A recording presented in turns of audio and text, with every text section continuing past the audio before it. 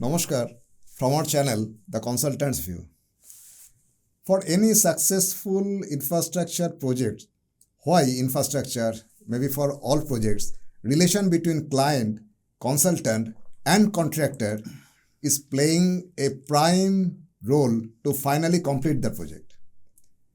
Maybe almost in all infrastructure projects, we come across many hurdles. We hardly see a project gets completed without any conflict and compromises, whether it is minor or major, to be resolved internally and mutually.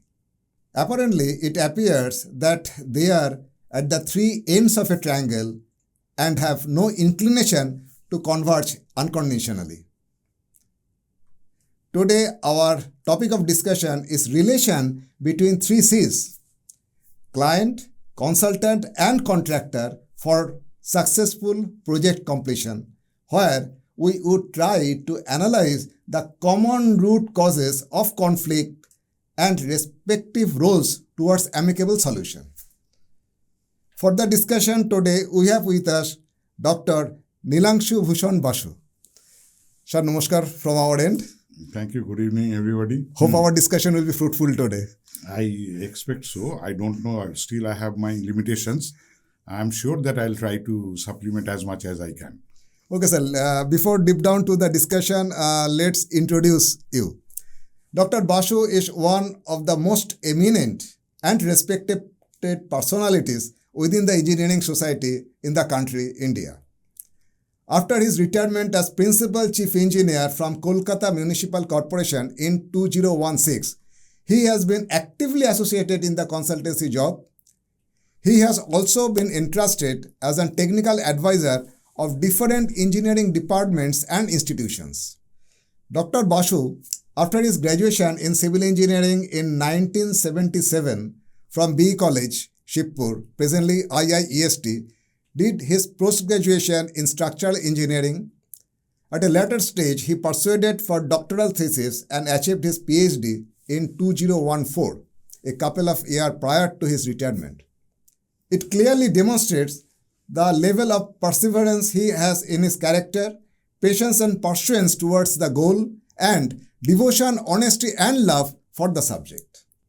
By virtue of his immense experience in dealing contractors on behalf of client and working as consultant at a later stage, I find no personalities better with whom I can effectively discuss on the relation between three C's: client, contractor, consultant, which I feel is a prime factor for any project success.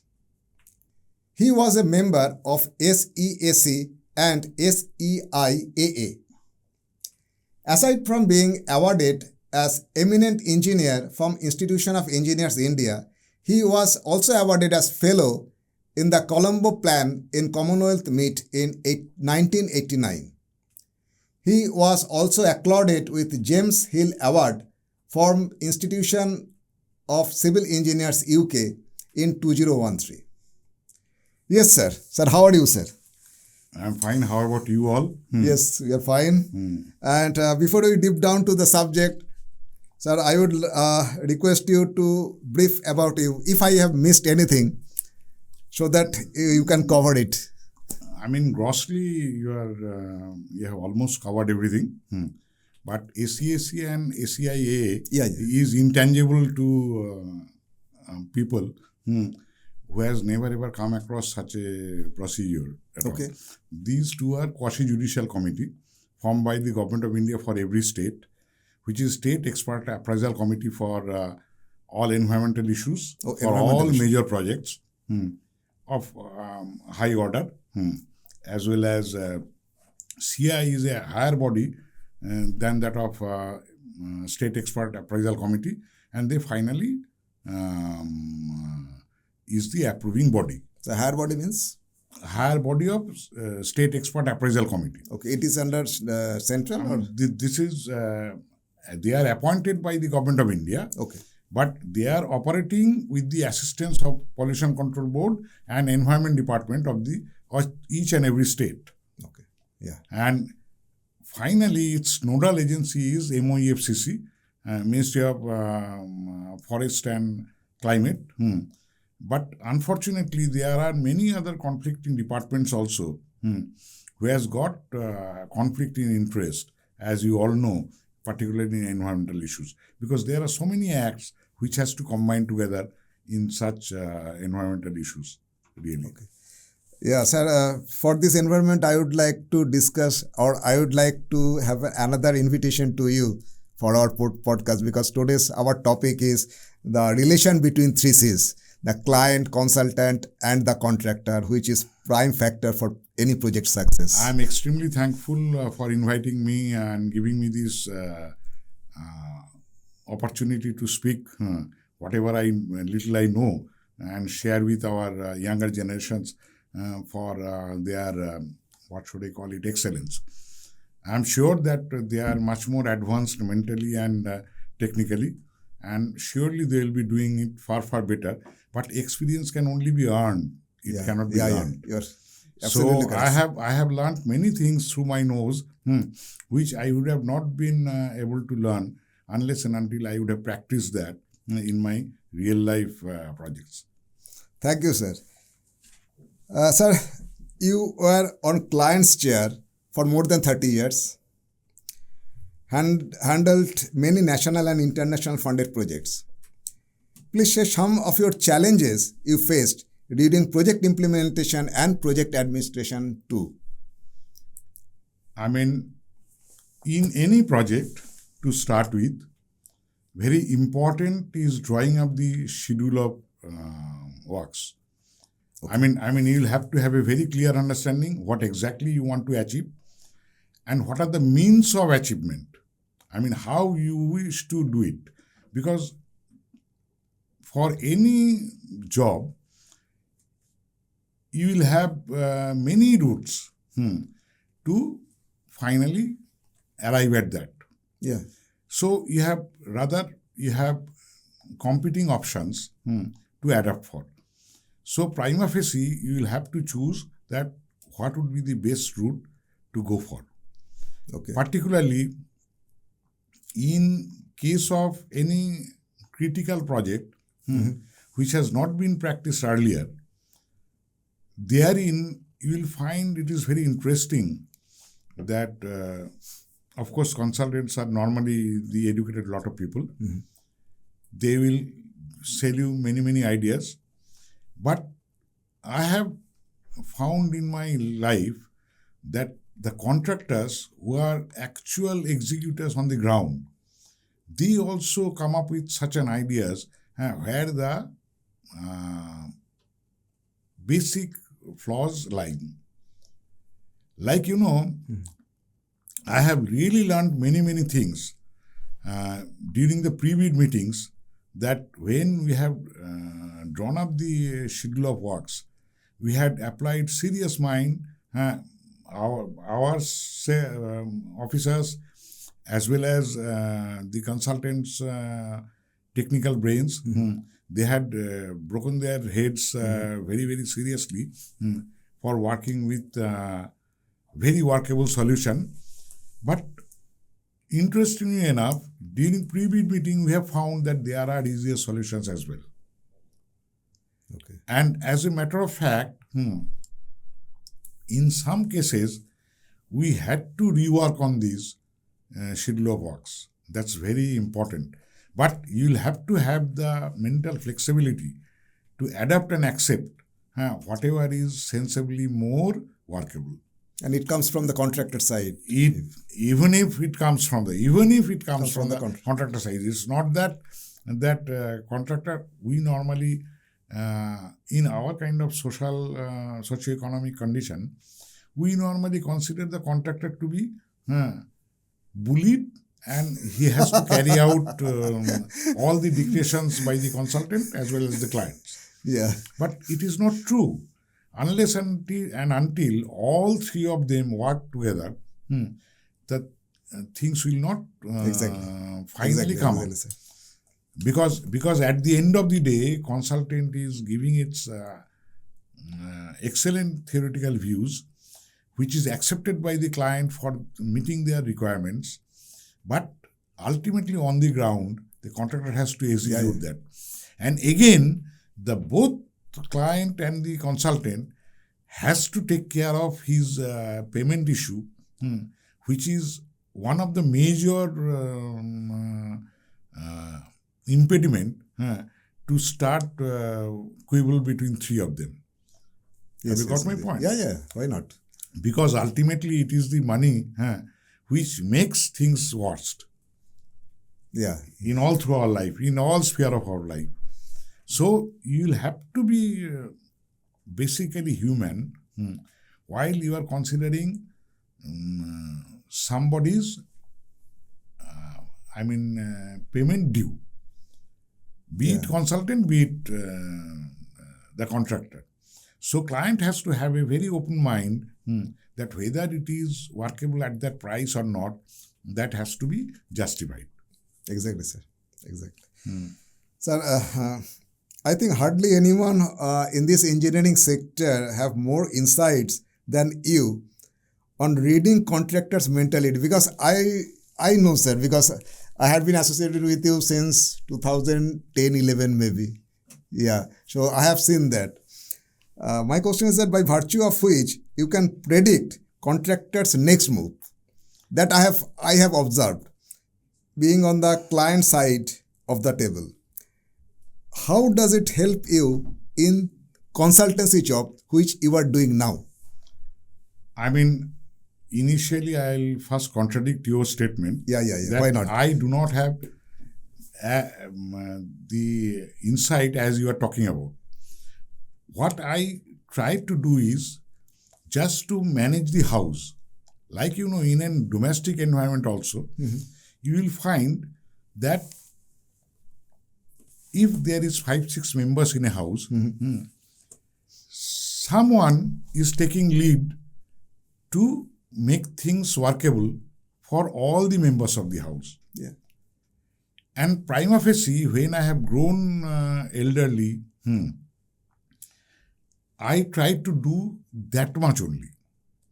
I have never tried to trick amongst the members of the community that as they cannot do something, what should I call it, very tricky and all that. I don't want to get into that dirty game. What I tried to do, I had tried to make him understand, unless and until you get the work done, you will also not be paid.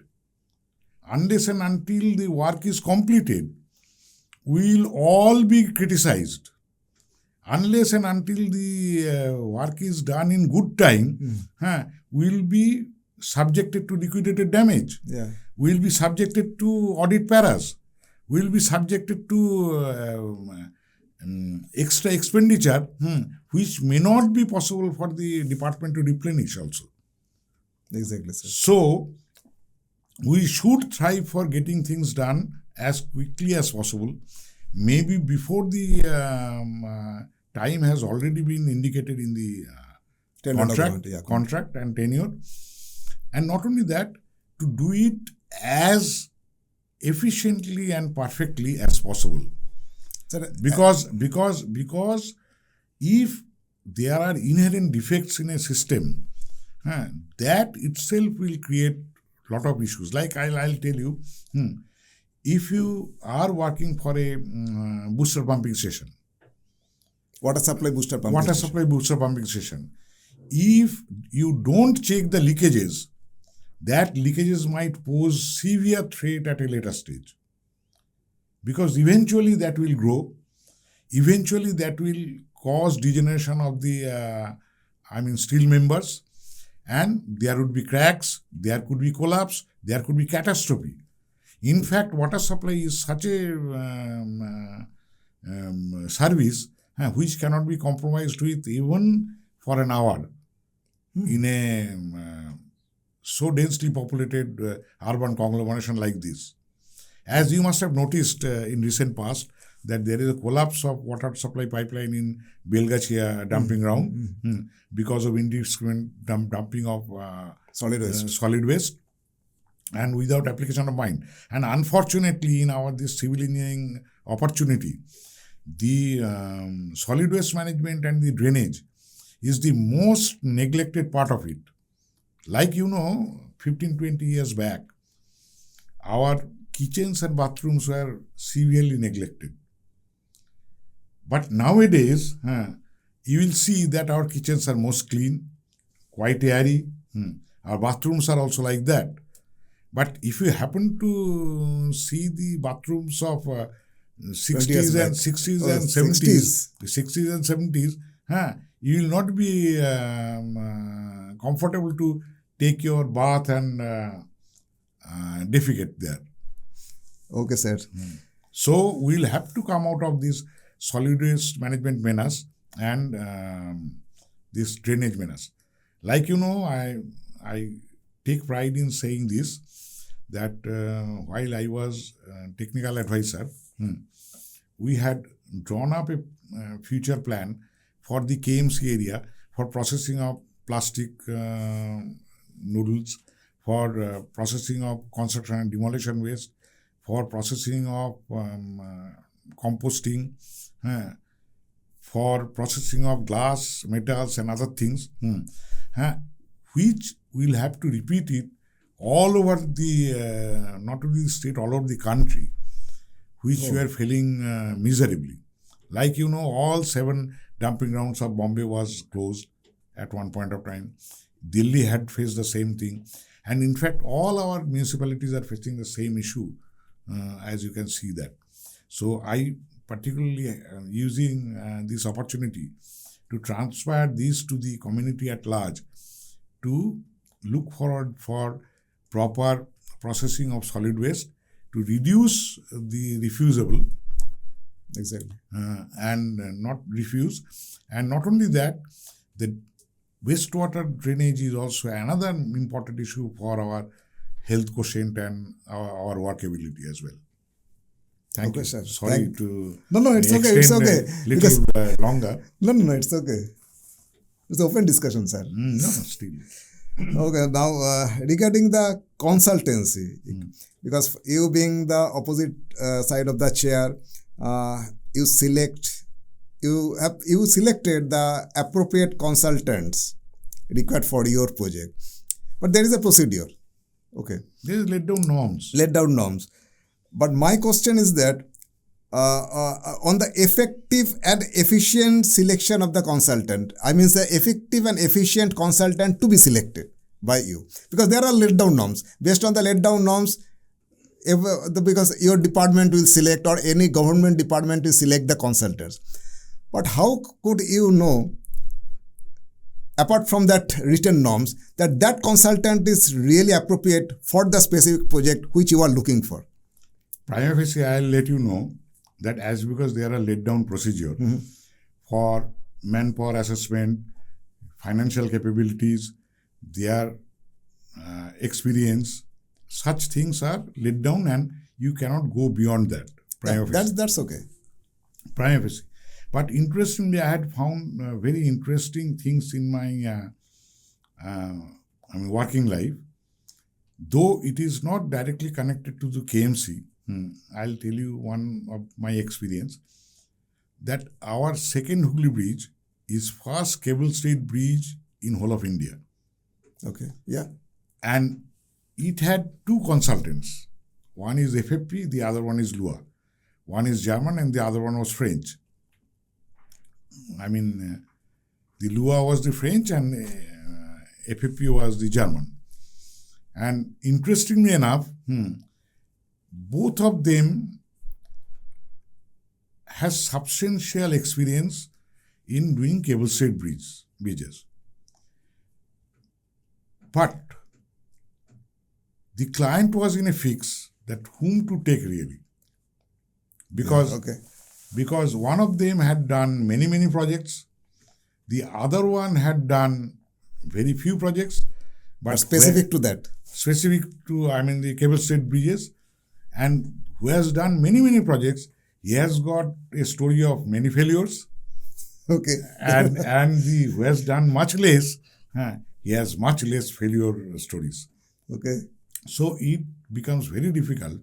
And interestingly enough, because of our technical limitations at that point of time, I am talking about way back in 79, 80s, when these HRBC consultants were being hired.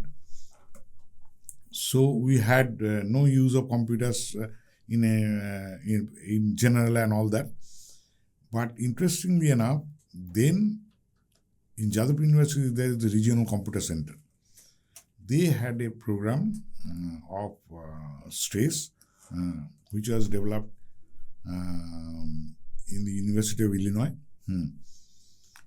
And interestingly enough, these two consultants used to give the outputs only, not the inputs. And we had to work out by trial and error method that what are the inputs they have used.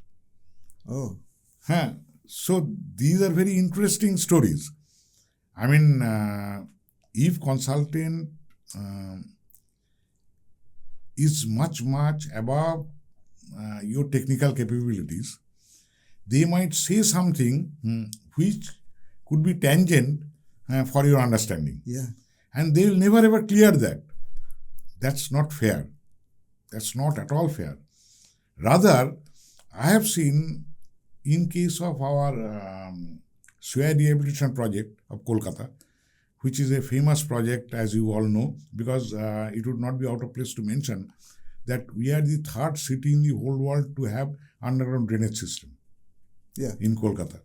And of course, the first Asian city to have underground drainage system.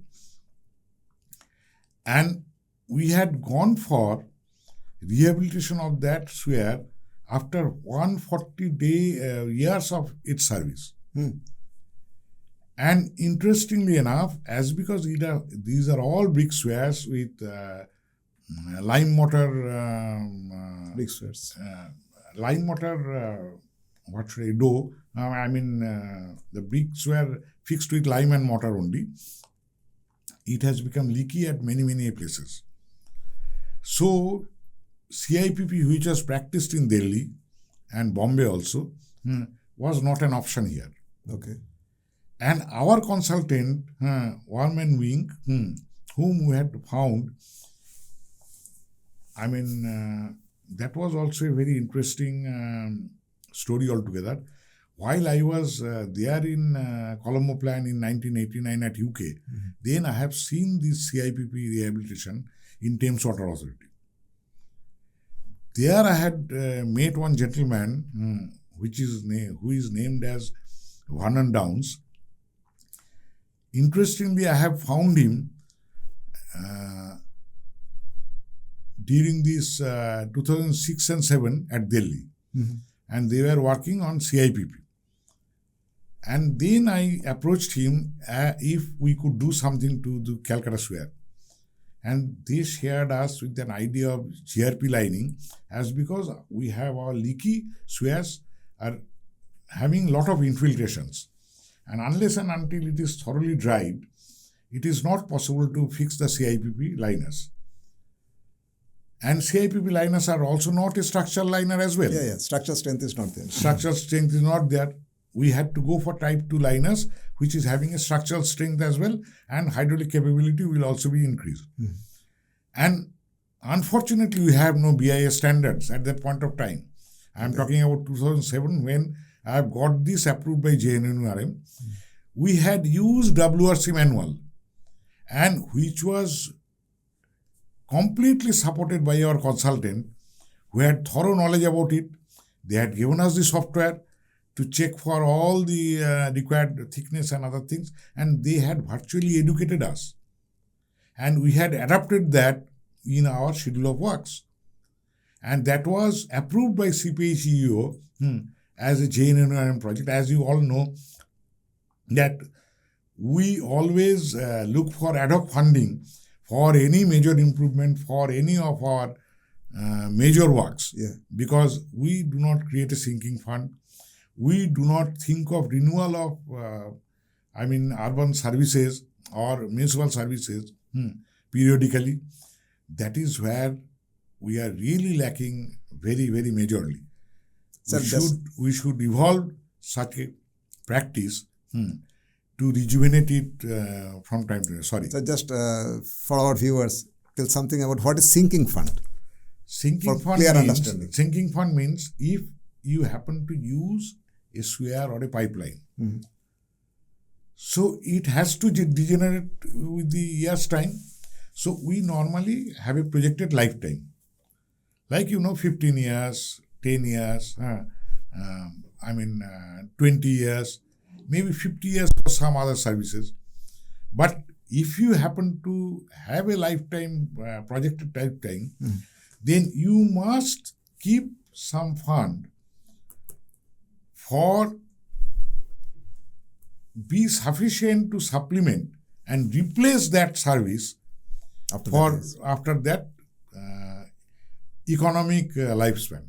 Okay. That is called the sinking fund. Okay, sir. If that sinking fund is created, there will not be dearth of fund, and you need not to look for ad hoc funding from some other external sources. Like, for Calcutta Sewer Rehabilitation, after 140 years of its effective service, we couldn't do the thorough desilting at all because it is a combined sewer environment. And then sewage and water. Storm water and everything is coming on. And dry weather flow, both are coming in the same sewer.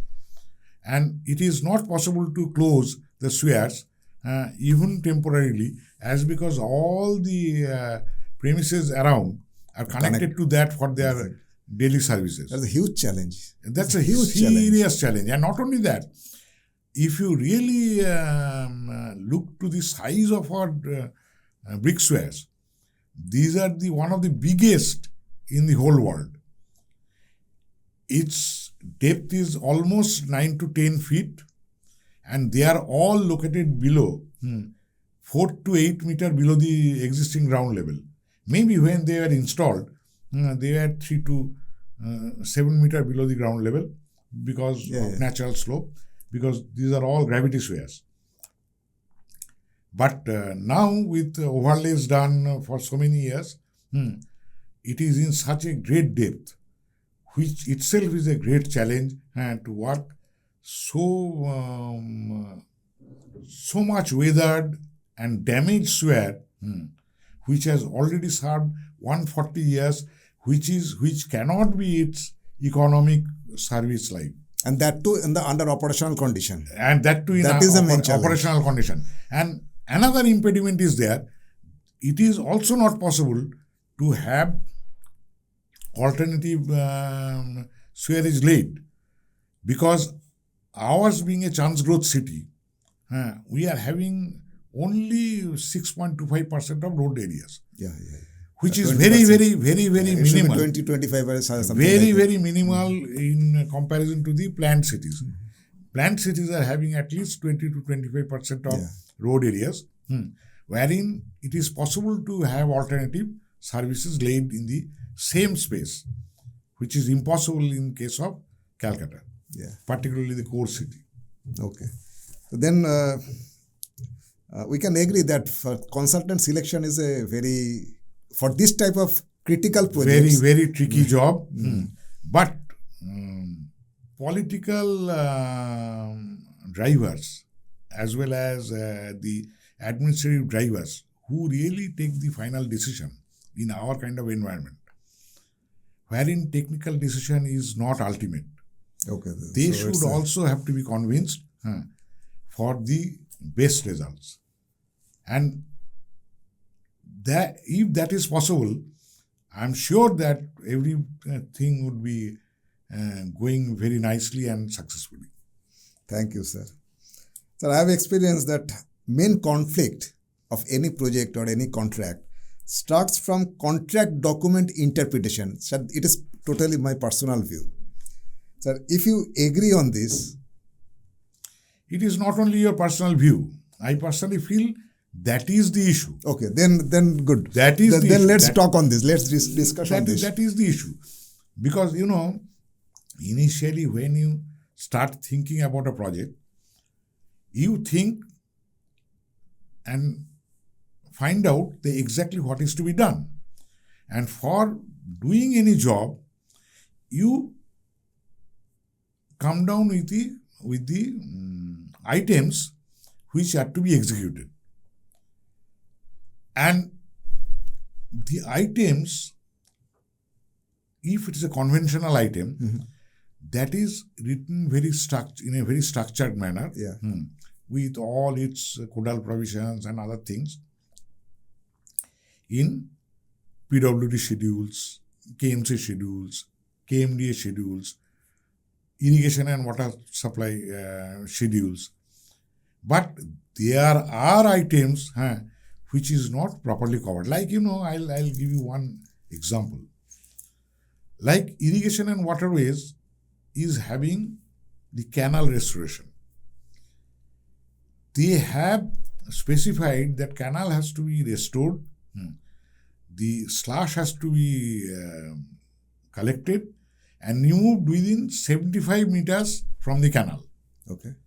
I personally feel that's a very small distance. Yeah, 75 meters is a very small distance. Very small distance. And interestingly, probably the schedule makers had thought that if they pick it up and keep it within 75 meters of the canal, then it could be subsequently removed. But that items had never ever been introduced, and still it is not there. Oh, in the schedule of rates. Schedule of rates of irrigation. Okay. But we had introduced that within 10 kilometers you will have to dispose of. And we had, what should I call it, analyzed the rate and fixed up a rate for that.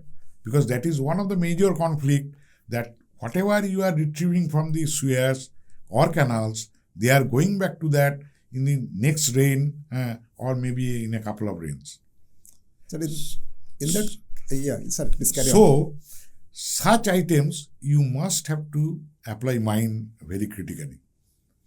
It's not always that client can tell you all this. It is the consultant who can really use their experience. In fact, our consultants are also making our life very difficult. While bidding for the job, they express a huge manpower with extreme high capabilities. But unfortunately, at a later stage, you will find that they are not coming at all. And that's a miserable situation, because while you are working with somebody, it's very difficult to complain against them. But they should also honor their own commitments. That is very important. I got your point. In many cases, they hardly honor that, and they try to find out some loopholes to bypass that. And they really come down from the ivory towers once in a blue moon, and they hardly develop any understanding about the nuances of the project. I'm sorry to use it's okay. Words. It's okay. It's a clear, open discussion. So that means, if I summarize that we both agree within this room that contract document interpretation is one of the major culprit. One of the major culprit. And not so only in that case, what is the solution? Not only that, tricky interpretation makes things more difficult. Yeah. Then what is the solution? Would there be much time to be devoted during contract document preparation and different levels of check or some? Because of course yes. And in fact, nowadays for any critical and particularly heavily loaded financial contracts, there is a provision of keeping proof consultants. Okay. Proof consultants are generally academic people, and they are taken into confidence to look for anything afresh to be introduced or not. Sir, I have one point on this, that these academic people, who are due to, because I have some experience, academic people are very good in academics. When it comes to the ground level, okay, so there are some sort of... I personally differ to some extent with you. At many times we say that theoretical things are not matching with real life working. Yeah, ground real life situation. working. Mm-hmm. But I personally feel that we really lack to know the theory thoroughly. Okay, yeah. We really lack to know the theory thoroughly. If the theory is known thoroughly, if there is no professional dilution, probably things would do better. And academic people has the opportunity to practice the academic questions every day in and day out. In spite of the fact we being qualified, it would be very, very difficult unless and until you have come across these exercises in a distant past to remember all that. Like in computer programming also. Yeah. If you do not use it for months together, you will surely forget the nuances. Thank you, sir. Sir, we are coming slowly to the end of our session today. My last question may be a critical one. It is, if the FIDIC clauses are interpreted, though it is not clearly specified, the client, consultant and the contractor should have mutual trust and the same level of status. They have different responsibilities, but overall equally responsible. Does it really happen in Indian context, mainly for the government projects? This is the first question. If you feel equal status model does not work well, then in your view, what should be the hierarchy of client, consultant and contractor? Because FIDIC says that, okay, on theory it should be same level, same status, same responsibility. No, I'll tell you. Yeah. We are under British rule for more than 190 years. And at the end of the day, our public sectors has started working in an environment of mutual distrust. Mutual distrust? Distrust. Okay, good. Not mutual trust. Like, accounts does not trust the executing department. That I have faced. No. I'm talking about the reality. Yeah. And political personalities are also in doubt whether they are supporting the right cause or not. And at times they have the limitations of understanding and impatience to listen what exactly the department is asking for. Because, they have many other areas to make them, pay time to. So they hardly have any time to listen and have a look at these nuances, which is faced by the field level people. Like, I'll give you a simple example. Like, if there is a heritage restoration, and if you happen to have a very ornamental grill there, very ornamental woodwork carvings there, the same price will never ever match. Schedule. How can it from match? The PW? It cannot. But as you are saying it so casually, how can it be? But accounts will not agree. Audit department will not agree. Yeah. They will say that how much steel element has been used in that grill. It is not important that how intricate the work is. They will not care. They will try to say that what is the weight of that steel material and what would be the reselling price. And that makes your life more difficult. Have you got my point? Yeah, why not? So mutual understanding or perspective of looking at things is also making things difficult for all three to come together. Because contractor has paid more labor fees. What is the solution then? Solution is just to drop the schedule so carefully, and as it is a special item, even like making an intricate grill is a special item, that has to be declared beforehand. If you declare it beforehand, like I'll give you a very interesting example. We had thoroughly desilted these big squares, the Calcutta squares, which we had rehabilitated. And our desilting items are saying, whatever is there in our schedule, that says that you will have to make a stack and that stack has to be measured. How can you match this quantity volume and that stack volume? Stack volume to, carry on, in sir. case of our normal swear cleaning, you need to have the seal up, let it get dried up, stack it up, then measure it, and on the measurement, the payment is made. But we have found that if we are to clean this brick swear, we won't be able to stack that at a close site of the swear, because all our roads will be closed. We had to suck it up with pressure suction and take it to Dhapa. So we approached CPHEO that we won't be able to measure a stack. We will give you a gross proportion and per meter swear with the size, we will fix up a rate. And that rate has to be quoted by the contractors for each and every individual swear of different sizes, and which was done.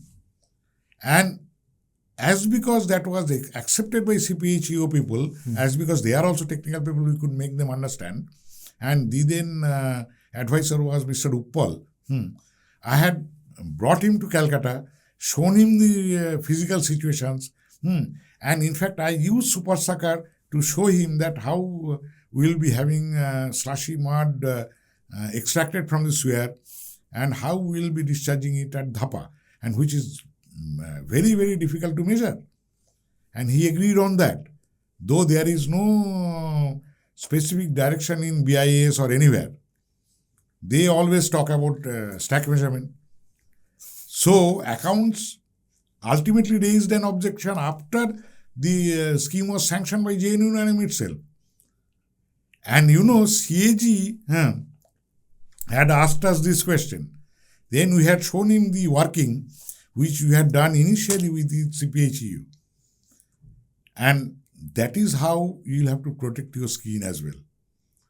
That's the mistrust being imbibed in us. Mistrust is being imbibed to us. Okay, sir. Mutual distrust is the major blockade for all three of us to work together harmoniously. Thank you, sir. Great to discuss with you on this topic. Now, my question will be, sir, this type of podcast with professionals like you, so I have initiated this. So how do you see this approach or my initiation? And how could I make it more beneficiary to the engineering society? No, what I personally feel is this, that our brain is advancing. Yeah. So the present day professionals are much more qualified than we are, particularly technically and computing methods and all that. But experience can only be earned. It cannot be learned. Exactly, sir. So if you share the experience, surely that will add to some salt to the entire broth to make it more interesting and more palatable. I am proud to be here, and I really felt very much cherished to enjoy this opportunity to share some of my lifetime's experience, which probably we normally do not talk. Yeah. Or even if talk, it is under the in a room. Whom to talk about your this, what should I call it, removal of silk from the swear? Can it be a topic for a general discussion? No. It is the platform, probably that could be beneficial to the professionals like me. Like, I was identified as a man with dirty and clean water in the municipal corporation. And of course, I have worked with solid waste as well. Rather, you can say me, I am a dirty man with municipal servants. But my topic is not interesting to the commoners very much. But that is very, very important for their good living. I mean, particularly, I'll sum up my discussion. Unless and until all the municipalities around India and abroad, they acquire adequate space for processing their solid waste now, as well as their dirty waters, they will face severe catastrophe in very near future. Like you have seen in Belgachia, like you have seen in Dhapa at some point of time there was epidemic. As you have seen in many others, because many other dumping grounds has been closed because of non-action from our end. I hope that our future professionals will have adequate, will lay adequate importance to all these to make the lives of our future generations easier and comfortable. And not only that, workable solution has to be introduced. Thank you so much. Thank you, sir. Thank you, sir. Sir, lastly, a certificate of participation from our end to you. Thank you. Thank you. This will give me a very good remembrance of such a nice opportunity to share my views with you. Thank you, sir. so much. Thank you. I am much obliged. Thank you, sir.